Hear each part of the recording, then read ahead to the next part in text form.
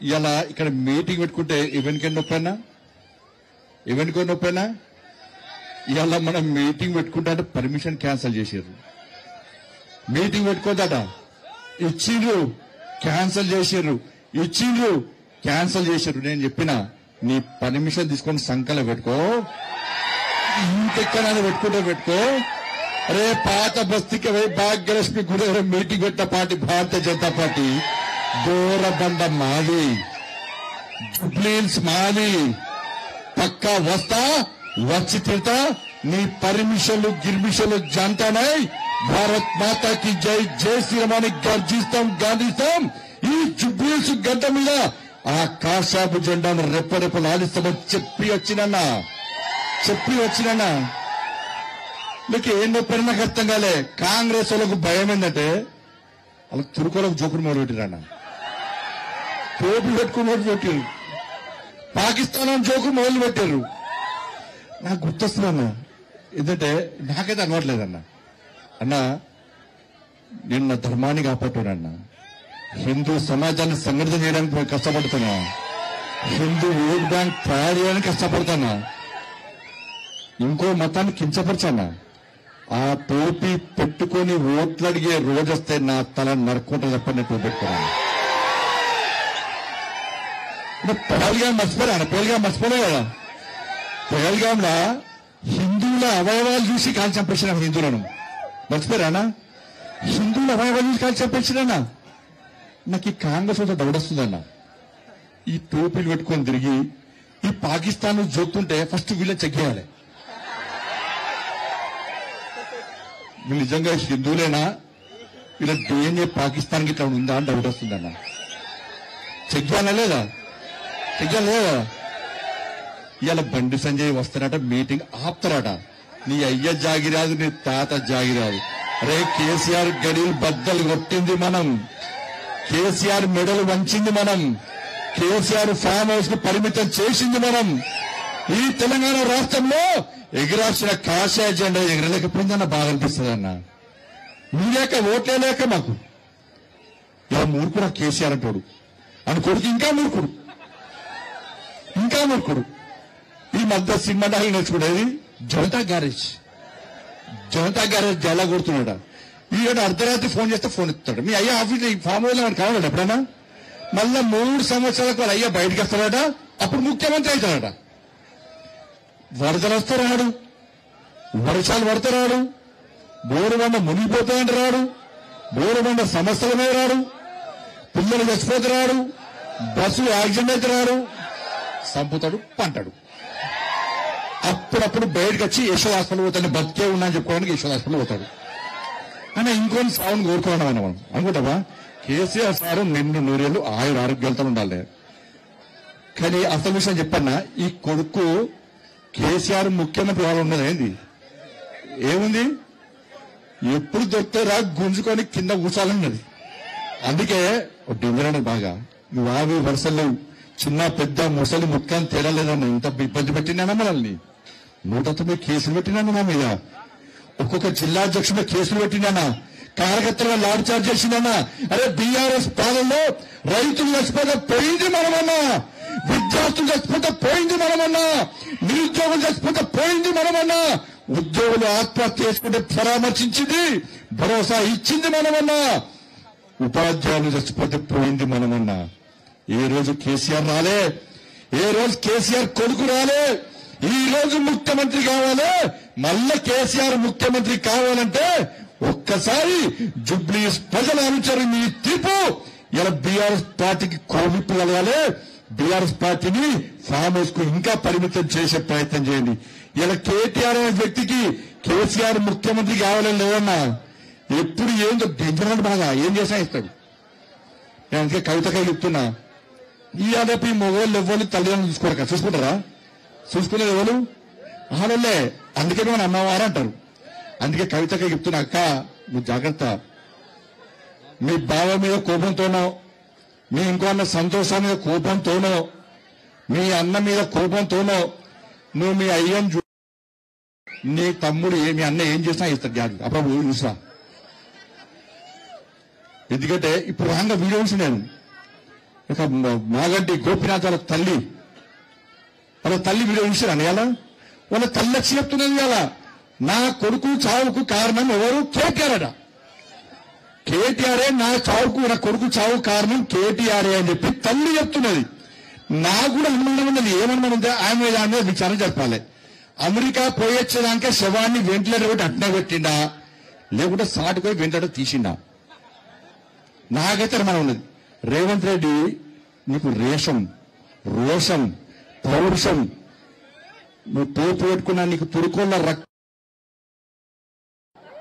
పాకిస్తాన్ రక్తం నీకు పౌరుషం. బాగా రేవంత్ రెడ్డి గ్రేట్ గా ఫీల్ అవుతాడు. నా దాంట్లో అంటే ప్రవహిస్తే నువ్వు వెంటనే విచారణ జరుపు. ఈ ట్విట్టర్ టెలిగ్రామ్ తీసుకెళ్ళిపోయి లోపలి 3rd డిగ్రీ చేసి కొట్టు, అప్పుడు విషయం బయటకు వస్తాయి. రావాలనేనా నేను గది చెప్పక వీడికి వచ్చి ఏదో పోయి నేనట పోయట ఇంకా గుండె పట్టిస్తాను అక్క. ఈ బోరబండలో ఈ కాంగ్రెస్ బీఆర్ఎస్ వాళ్ళు 10 సంవత్సరాలు వీకిరు తెలంగాణలో. ఏం వీకిరంటే పోయి పైసలు సంపాదించుకున్నారు. బోరబండలో జూనియర్ కాలేజ్ పెట్టిస్తాన్నారు లేదా? పెట్టించిరా? ఈ బస్టాండ్ దగ్గర బస్టాండ్ చౌరస్తా మొత్తం ఇల్లు కొట్టిరు లేదా? రోడ్డు వెడల్పు వేస్తాను లేదా? చేసిరా? మరి ఆడ ఎంఏ పేటర్ ఫస్ట్ ఇయర్ ఇల్లుంది కాబట్టి వాడి వాడి సంకనగిరి బీఆర్ఎస్తున్నది. ఇప్పుడు కాంగ్రెస్ వాళ్ళు సంకనెత్తున్నారు. వాడి షాపు ఉందని చెప్పి పాపం పేదోళ్ళ ఇల్లు షాపు ఇవ్వబట్టి ఆ రోడ్డును మాత్రం వెడల్పు వేస్తలేరన్న. దీపక్ రెడ్డి గెలిపిన పిల్లర బుల్డోజర్ పెట్టి మన షాపు కొట్టబడ్డారు. పక్కా కూడా కొడతా. వినాయక్ మధురా నగర్ నుంచి వినాయక్ నగర్ దాకా ఎంత ట్రాఫిక్ జామ్ అవుతుందన్నా? ట్రాఫిక్ జామ్ అవుతలేదా? దీని గురించి మాట్లాడమంటే దాని గురించి మాట్లాడక నేనంటే గుళ్ళు కడుతున్నట్ట, వాడు సమాధులు కడుతున్నట్టాడు. ఏమంటానంటే సొంత పైసలు పెట్టి తుర్కోలకు సమాధులు కట్టిస్తాడట. గీడ హిందువుల శ్మశాన వాటిక ఉన్నది, దానిలో నీళ్ళు లేవు, కరెంటు లేదు, దానిలో బోరింగ్ లేదు. దాని గురించి మాట్లాడాడట. ఆడికి పోయి మాట్లాడతాడట. ఇలా 10 సంవత్సరాలు ఒక్క కనీసం డబుల్ బెడ్రూమ్ వేయలే. నరేంద్ర మోడీ గారికి బిల్లు ఇచ్చినాక 2,40,000 ఇల్లు నరేంద్ర మోడీ గారు ఇచ్చారు. ఇవాళ జుబ్లీస్ కు ఎందుకు ఇయ్యలేదో బీఆర్ఎస్ గల్ల పట్టి తీసి గ్లాస్ చెంపమ్మికలు కొట్టండి. 20 డబుల్ బెడ్రూమ్ ఎందుకు వెళ్ళారా చెప్పండి. 2,40,000 ఇల్లు ఇస్తే మీకు ఒక్క ఇల్లు ఇవ్వలే. వాళ్ళు మీకు ఇచ్చే రేషన్ బియ్యం మనం ఇస్తున్నాం అక్క. రేషన్ బియ్యం మీకు ఇచ్చే పెన్షన్ పైసలు మనవి. ఇలా ఏం చేస్తా ఇలా చేసేది మనమైతే ఇవాళ బీఆర్ఎస్ వాళ్ళు కాంగ్రెస్ వాళ్ళు కలిసి గేమ్ ఆడుతున్నారు. కాళేశ్వరం పేరుతో 1,00,000 కోట్లు చంపారు. ఇవాళ ఫోన్ ట్యాపింగ్ కేసు వాళ్ళు వేసి ఫోన్ ట్యాపింగ్ చేసిరు. డ్రగ్స్ కేసు చేసింది వాళ్ళే. అన్ని పొట్టు పైసలు సంపాదించుకుని తప్ప ఈ 10 సంవత్సరాలు బీఆర్ఎస్ వాళ్ళు చేసిందే లేదు, వాళ్ళు పీకిందే లేదు. అందుకే వాళ్ళని ఫామ్ హౌస్ పరిమితం చేస్తాం. ఇవాళ మళ్ళీ ఏమైంది? ఇలా పరిస్థితి ఏమైంది? ఏనుగులు మింగటాడు పోయి పీరుగులు మింగటాడు వచ్చిండు. రేవంత్ రెడ్డి తరచ్చిండు. ఏం చేసిండు? రాగానే 2,500 రూపాయలు ఇస్తాడు. ఇచ్చిండా? తులం బంగారం ఇచ్చిండా? ఈ గొలుసుల బంగారం మెల్లంగా ఈ జూబ్లీస్ కాంగ్రెస్ వాడు గెలిచిండనుకో ఆ ఎంఏం పార్టీలు అంత చేంజ్ డాన్స్ చేస్తాం. అందరూ కూడా అంత ఎత్తుకపోతారు. ఎంఏం పార్టీలు తులం బంగారం ఇయ్యడానికి. ఎందుకంటే నేను ఒక మంత్రి చెప్పిండు. ఏం చెప్పింది తెలుసా? అప్పుడు ఇద్దామనుకున్నా మేము 50,000 కదా, ఇప్పుడు 1,00,000 రియాలిటీగా 1,00,000 రియాలిటీగా వాడు ఇచ్చుడు పక్క పెట్టు. మీరు వాడు కాంగ్రెస్ వాడు గెలిస్తే మీకు ఉన్న బంగారం ముచ్చుకోపోతారు. వాళ్ళు వచ్చి 4,000 రూపాయలు ఆ పెన్షన్ ఇచ్చిర్రా అక్క? ఇచ్చిర్రా? ఇల్లు ఇచ్చిండ్రా? ఇలా ఏం ఇయ్యలే కానీ మళ్ళీ ఏం చేసిండు రేవంత్ రెడ్డి సార్ 100 రోజుల్లో ఇస్తాడు. ఒక్కటి ఇయ్యలే. ఇక మళ్ళీ ఏమన్నాడు? నేను రాగానే కేసీఆర్ సంగతి చెప్తే కేసీఆర్ కుటుంబాన్ని జైలు పంపిండా. 1,00,000 కోట్ల అవినీతి అన్నాడు. ఎన్నికల ముందేమో 1,00,000 కోట్ల అవినీతి కాళేశ్వరంలో జరిగింది అని చెప్పి అన్నాడు. ఎవరన్నారు? రేవంత్ రెడ్డి సార్ అన్నాడు. మేమన్నాం మా కిషన్ సార్ అన్నాడు సిబిఐ ఎంక్వైరీకి మేము కేసు ఎంక్వైరీ చేస్తాము అన్నాడు. ఇలా 1,00,000 కోట్ల మీద విచారణ జరగాల లేదా?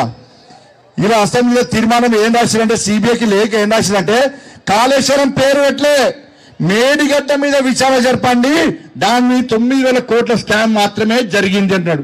నేను అంటున్నా రేవంత్ రెడ్డి సార్ను 1,00,000 కోట్ల స్కామ్ జరిగిందా? 9,000 కోట్ల స్కామ్ జరిగిందా? 1,00,000 కోట్ల మీద విచారణ జరపాలని లెటర్ రాస్తావా? 9,000 కోట్ల రూపాయల విచారణ జరపాలని రాస్తావా? ఇలా వీళ్ళు వాళ్ళకొటే అన్న, వీళ్ళు వాళ్ళకొటే. డ్రగ్స్ కేసు ఏమైంది? కార్ రేస్ ఏమైంది? ఫామ్ హౌస్ కేసు ఏమైంది? విద్యుత్ కొనుగోళ్ల కేసు ఏమైంది? కాళేశ్వరం కేసు ఏమైంది? ఇన్ని కేసులైతే ఒక్క కేసు కూడా కేసీఆర్ కుటుంబాన్ని అరెస్ట్ చేసే ప్రయత్నం ఇలా రేవంత్ రెడ్డి చేస్తలేదంటే వీళ్ళు వాళ్ళు ఒకటేనా? వీళ్ళు వాళ్ళు ఒకటే కాబట్టే ఇవాళ తెలంగాణ రాష్ట్రంలో నాకు తెలిసి దేశంలో అధికారం ప్రతిపక్షం కలిసి దోసుకున్నటువంటి రాష్ట్రం ఏదైనా ఉందంటే అది తెలంగాణ రాష్ట్రమే. వీళ్ళు వాళ్ళు కలిసి వాళ్ళ తెలంగాణను దోసుకుంటున్నారు. ఇవాళ అభివృద్ధి గురించి మేము మాట్లాడుతున్నాం. ఇవాళ హైదరాబాద్ RRR తో పాటు బస్తీ దవాఖానతో పాటు ఇవాళ హైదరాబాద్ అభివృద్ధి చెందుతుందంటే, అభివృద్ధి చెందే విధంగా ముందుకు పోతుందంటే నరేంద్ర మోడీ గారు ఇచ్చిన పైసలు తప్ప ఒక్క పైసా ఈ హైదరాబాద్ అభివృద్ధికి తెలంగాణలో కాంగ్రెస్ పార్టీ ప్రభుత్వం కానీ గతంలో బీఆర్ఎస్ పార్టీ ప్రభుత్వం కానీ ఒక్క పైసా లేదన్న విషయం వాస్తవం. నేను సవాల్ చేస్తున్నా, ప్రతి పైసా లెక్క తీసుకొని వస్తాం. అడ్రస్, టైం, డేట్ డిసైడ్ అయ్యి హైదరాబాద్ అభివృద్ధి ఎవరి వల్ల జరిగిందో ఇలా మేము చేయడానికి సిద్ధంగా ఉన్న విషయాన్ని ఒక్కసారి గుర్తు చేస్తున్నాం. మేము అభివృద్ధి గురించి మాట్లాడితే వాళ్ళేమో మతం గురించి మాట్లాడుతున్నారు. అన్న 30% ఉన్నారట వాళ్ళు.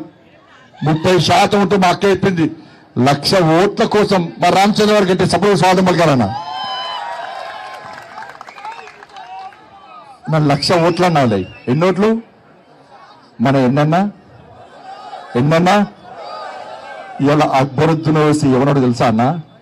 రెడ్డి అయినా రావేనా మా సంఖ నాకాల్సిందే, నా ఇంకా రావాల్సిందే అన్నాడు. వీళ్ళ బతికెక్కడా నా బతుకు. ఇద్దరు బయలుదేరుకోవాలన్న కాంగ్రెస్ వాళ్ళు బీఆర్ఎస్ పోయి చి ఇదేం బతుకన్నా వీళ్ళది.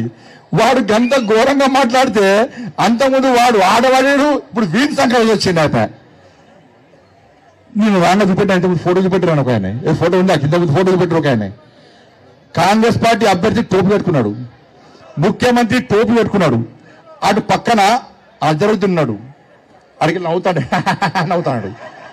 ఏంటంటే వీళ్ళు పగటి పిచ్చగాలి, వీళ్ళు పగటి వేషాలు కొత్త పిచ్చగాలి. వీళ్ళే మనుషులు రా భయ్. నేనే టోపీ పెట్టుకోలే, టోపీ పెట్టుకోవాల్సి పెట్టుకోలే, ఎవరు పెట్టుకుంటారు పెట్టుకున్నాడు టోపీ. వాడు అవుతున్నాడు, వీడు మా ఓట్ల కోసం మా చుట్టూ గిట్లా తిరుగుతారా వీళ్ళు అని కలిసాను నాకు. నేనన్నా రేవంత్ రెడ్డి ఇలా అజరుద్దీన్కి టోపీ పెట్టకుండా నువ్వు పెట్టుకున్నావు చూసినావా? నాకు వేణుమాధవి గుర్తొచ్చింది అన్న. ఇలా నీ క్యాండిడేట్ పెట్టుకున్నాడు చూసినావా? నేనంటున్నా, అరే నీకు దమ్ముంటే ఇదే హజరుద్దీన్ మా హిందువులం ఏ పండుగ చేసినా ఏ పూజ చేసినా మొట్టమొదటిసారి విఘ్నేశ్వర స్వామికి పూజ చేస్తాం. నీకు దమ్ముంటే అదే హజరుద్దీన్కి బొట్టు పట్టి వక్రతుండ మహాకార్య సూర్యకోటి సమప్రభ నిర్విఘ్నం కుర్మే దేవా సర్వకార్యేషు సర్వదా అని చెప్పి నీకు పాడిచ్చే దమ్ముందా రేవంత్ రెడ్డి అని నేనంటున్నాను. నమాజ్ అవుతున్నా నవ్వుతున్నా వాళ్ళు. వీళ్ళు ఏందో పోయి రంజాన్ రాగానే, ఎన్నికలు రాగానే ఊరికే మా మసలకు వచ్చి నమాజ్ చేస్తారు. ఇఫ్తార్ విందులు మాకంటే ఎక్కువ వీళ్ళు ఇఫ్తార్ విందులు. ఇవాళ భాగ్యలక్ష్మి గుడి ఉందన్న పాత బస్తీలో ఏ రోజైనా ఓవైసీ గాని, అక్బరుద్దీన్ ఓవైసీ గాని, అసదుద్దీన్ ఓవైసీ గాని ఏ రోజైనా దర్శనం చేసుకున్నాడా? ఏ రోజైనా కొబ్బరికాయ కొట్టిండా? ఏ రోజైనా హారతి ఇచ్చిండా? ఇలా రేవంత్ రెడ్డి ఆలోచించి చెప్పాలి.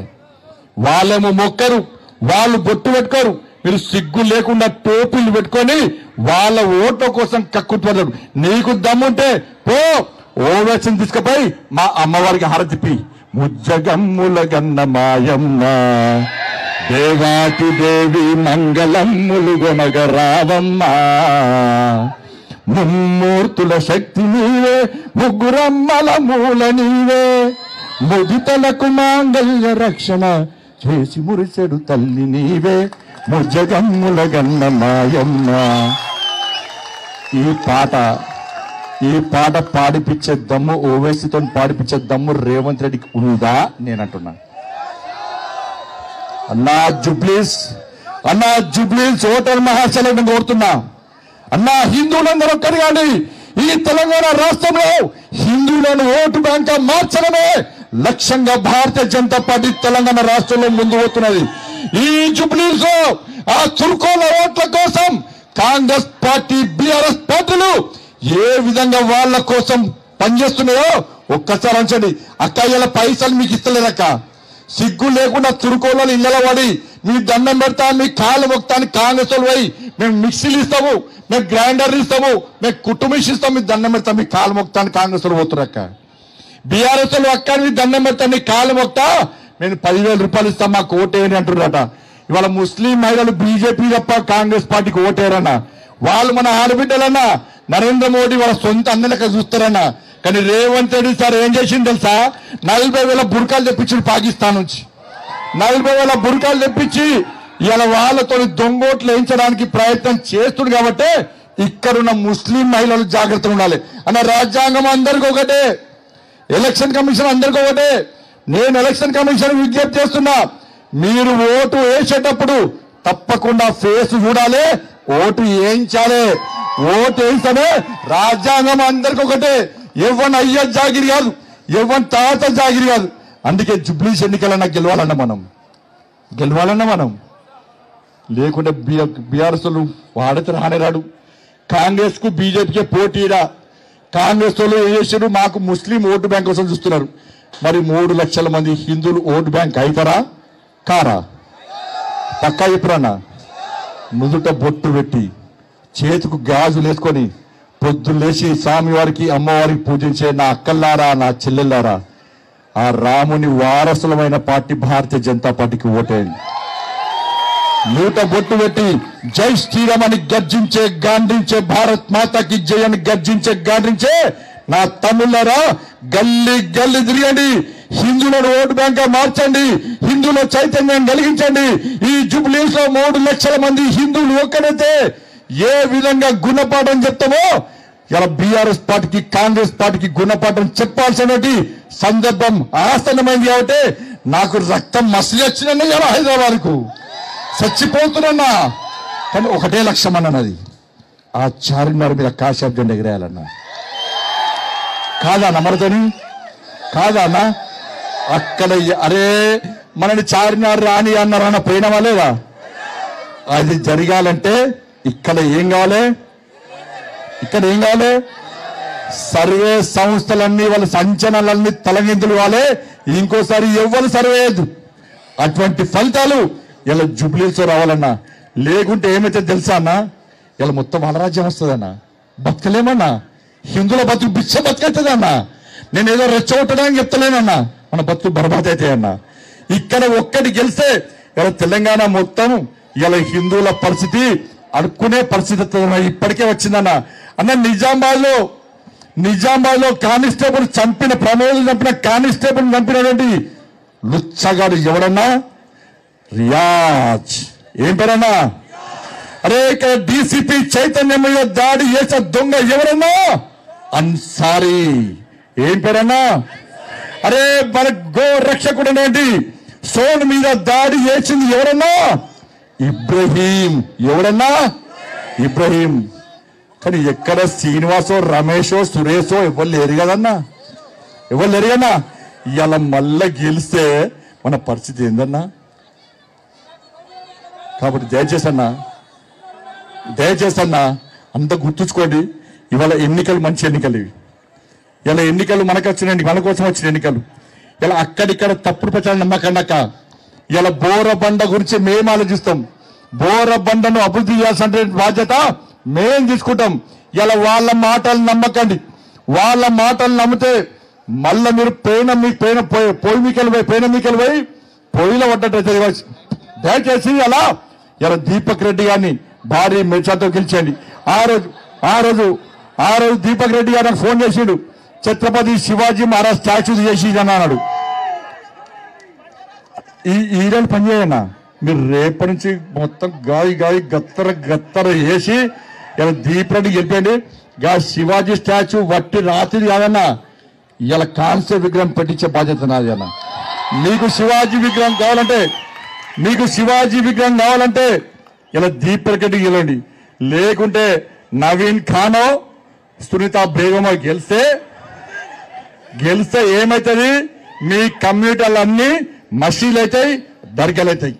బక్రీద్ పండుగ వస్తే మీ గల్లీలని రక్తం ఏరులై వాడుతుంది. మీ గల్లీలో మీరు వినాయక పండుగ వేసుకోరాదు, దసరా పండుగ వేసుకోరాదు, హనుమాన్ జయంతి చేసుకోరాదు, ఛత్రపతి శివాజీ మహారాజ్ చేసుకోరాదు అన్న. 2047 వరకు ఈ దేశాన్ని ఇస్లాం రాజ్యంగా మార్చాలని చెప్పి ఓవైసీ కలలు కంటుంటే ఈ తెలంగాణ రాష్ట్రాన్ని ఇస్లాం రాజ్యంగా మార్చడానికి ఇలా రేవంత్ రెడ్డి ఓవైసీ కలిసి ఇవాళ కుట్రలు పడుతున్న విషయాన్ని గుర్తుంచుకోండి.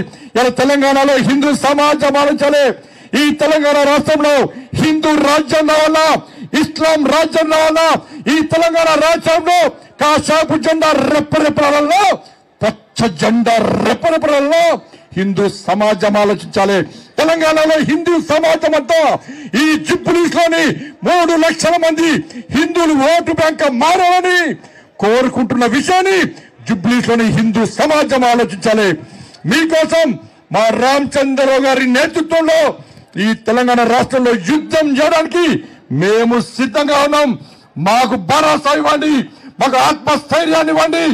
ఈ రేవంత్ రెడ్డి ఎంఏ పార్టీల యొక్క పని వాళ్ళని ఖతం చేసే బాధ్యత మాది అన్న. ఇప్పటికే మొన్నటిదాకా ఈ బోరబండలో ఓకే ట్యాక్స్ ఉండే. ఓకే ట్యాక్స్ అంటే ఓవేసీ కేటీఆర్ ట్యాక్స్. ఇప్పుడు కాంగ్రెస్ గెలిస్తే ఒరే ట్యాక్స్ అవుతుంది. ఒరే ట్యాక్స్ అంటే ఓవేసీ రేవంత్ ట్యాక్స్. మీకు ఓకే ట్యాక్స్ ఒరే ట్యాక్స్ కావాలంటే అట్టొకటేయండి. లేదు ఇక్కడ స్వేచ్ఛగా వ్యాపారాలు చేసుకోవాలి. మా బోరబండ అభివృద్ధి చెందాలి అంటే మా దీపక్ రెడ్డి గారి కమలం పువ్వు మీద ఓటేయండి. నరేంద్ర మోడీ గారి ప్రభుత్వం అక్కడ ఉంది. డబుల్ ఇంజన్ సర్కార్ ఉంటే ఆంధ్రప్రదేశ్ ఏ విధంగా అభివృద్ధి చెందుతుందో ఇలా డబుల్ ఇంజన్ సర్కార్ తెలంగాణ రాష్ట్రంలో ఏర్పడితే ఇవాళ మనకు న్యాయం జరుగుతుంది. మనం ఇచ్చే పైసలన్నీ కూడా రేవంత్ రెడ్డి సర్కార్ మొత్తం డైవర్ట్ చేస్తుంది. కాబట్టి ఈ తెలంగాణ రాష్ట్రంలో రేవంత్ రెడ్డి ఎంఏ పార్టీని బొంద పెట్టాలంటే ఈ జుబ్లీస్ లో భారతీయ జనతా పార్టీ వైపు హిందూ సమాజం ఆలోచించాలని చెప్పి, భారీ మెజార్టీతో గెలిపించాలని చెప్పి తప్పుడు ప్రచారాలు నమ్మకండి. సర్వే పేరుతోని సోషల్ మీడియా ద్వారా చేసేటువంటి ప్రచారాన్ని నమ్మకండి. ఇలా మొత్తం ఈ 3 రోజుల మొత్తం వాతావరణం మారిపోతుందన్న. హిందువులు ఓటు బ్యాంక్ ఎట్లా చూస్తారన్నా పోతన్నా. రేపు పొద్దున్నే పెద్దమ్మ గుడి పోతున్నా. రేపు దర్శనం చేసుకుంటానా. దర్శనం చేసుకొని ఎవడత్తారో ఎట్లా వస్తారో చూస్తున్నా. ఇలా 100% నేను మీకోసం పనిచేస్తున్నామన్నా. రామచంద్ర గారు మీకోసం పనిచేస్తున్నారన్నా. మీకోసం పనిచేస్తుంటే మీ ఆశీర్వాదం మాకు కావాలన్నా. ఇది ఆషామాషి ఎన్నికలు కావాలన్నా. ఊకే చెప్తున్నాక ఒకటి ఆషామాషి ఎన్నికలు కావు. వాళ్ళ తురుకోల రాజ్యం వస్తున్నది ఇజ్జ పోతుందన్న మనది. ఈ బతికేందన్న మనది. టైంపాస్ పాలిటిక్స్ చేయకండి అన్న. నేను 2 చేతులు జోడించి మొక్కుతున్నా హిందువులందరికీ. మీరు ఓటు బ్యాంక్ అమ్మారండి. మీరు దండం పెడతా ఈ సమస్యలు విమర్శల తర్వాత. కానీ ఉంటున్న కొంప కొల్లరైతుంది మనది. మన హిందువుల బతుకులు నాశనం కాబోతున్నాయి. ఇలా అనేక దాడులు జరుగుతున్నాయి, అనేక అవరోధాలు జరుగుతున్నాయి. ఇలా అలా కాబట్టి దయచేసి మీరందరూ కూడా కష్టపడి పనిచేసి వాడు 10,000 ఇస్తే తీసుకోండి. వీళ్ళు మిక్సీలు క్రషర్లు ఎవ్విసినా తీసుకోండి. కొంచెం డిమాండ్ పెంచారానే అంటే బీజేపీ ఇప్పుడు గెలుస్తున్నాం కదా, అందుకే 20,000 ఉంచినట. 20,000 తీసుకోండి. ఆ కేసీఆర్ అంతకుముందు దొంగోట్ల పిచ్చం చేసిండు. లెక్క పెట్టుకోండి, ఒరిజినల్ ఓట్ల దొంగ ఓట్ల. మళ్ళా 20,000 పక్క లెక్క తీసుకోరక్క. ₹1 తక్కువ తీసి లారీ థాట్ పని చంపురి. ఓటు మాత్రం అమ్ముకోకూడదు. ఇక మేము పైసలు ఇవ్వమక్క. పైసలు ఇస్తే పార్టీ కాదక్క మాది.